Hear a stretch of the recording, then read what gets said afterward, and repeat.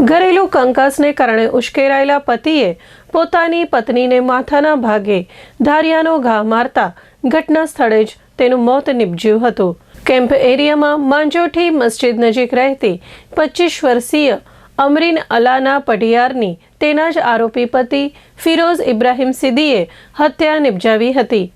બનાવ ગુરુવારે સાંજે 7 વાગ્યાના અરસામાં બાપા દયાળુ નગરમાં દાદુપીર રોડ પર બન્યો હતો। હતભાગી પત્ની અને આરોપી પતિ વચ્ચે બનતું ન હોવાથી ઘણા સમયથી અલગ રહેતા હતા।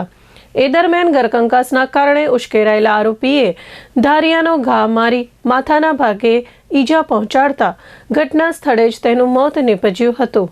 ગઈકાલે જે ભુજ શહેરના વિસ્તારમાં એક હત્યાનો બનાવ જે બનેલો છે એમાં 24 વર્ષની જે પરિણીત યુવતી છે જેનું નામ છે અમરીન પઢિયાર, અમરીન ડોટર ઓફ અલાના પઢિયાર, એને એના હસબન્ડે જ જેનું નામ છે ફિરોઝ ઉર્ફે બાવા સિદ્દી, એણે ધારિયાના ઘા મારીને એની હત્યા નિપજાવી છે। અને એ હત્યા નિપજાવીને જાતે જ ધારિયા સાથે પોલીસ સ્ટેશને હાજર થયો અને પોલીસને કીધું કે મારાથી મેં આવું કૃત્ય કર્યું છે।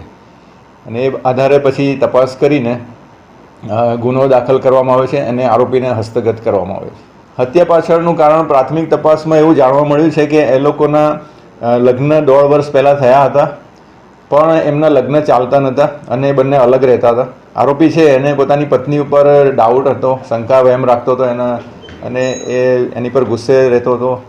અને પછી અચાનક જ એણે આ રીતે એની પત્ની ત્યાંથી પસાર થતી હતી દાદુપીર રોડ જે છે રેલવે સ્ટેશન, તો પાછળથી આવીને એણે ધારિયાના ઘા માર્યા માથામાં અને કન્ટિન્યુઅસ મલ્ટિપલ ઘા મારીને એની હત્યા કરી છે। ગુનાહિત ઇતિહાસ છે નહીં, હજી સુધી ધ્યાનમાં નથી આવ્યો।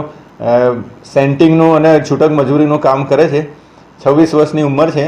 ગુનાહિત ઇતિહાસ ચકાસવામાં આવશે, પણ આ બાબતમાં જે પ્રાથમિક તપાસમાં એવું જાણવા મળ્યું છે કે બંનેના લગ્ન ચાલતા નહોતા, 1.5 વર્ષ પહેલાં લગ્ન કરેલા હતા અને પણ એકબીજાથી અલગ રહેતા હતા અને એણે શંકા રાખીને ગુસ્સામાં આવીને આ કૃત્ય કર્યું છે એવું પ્રાથમિક તપાસમાં દેખાય એવું છે। પછી આગળ વધુ તપાસમાં શું આવે છે પછી ખ્યાલ આવશે।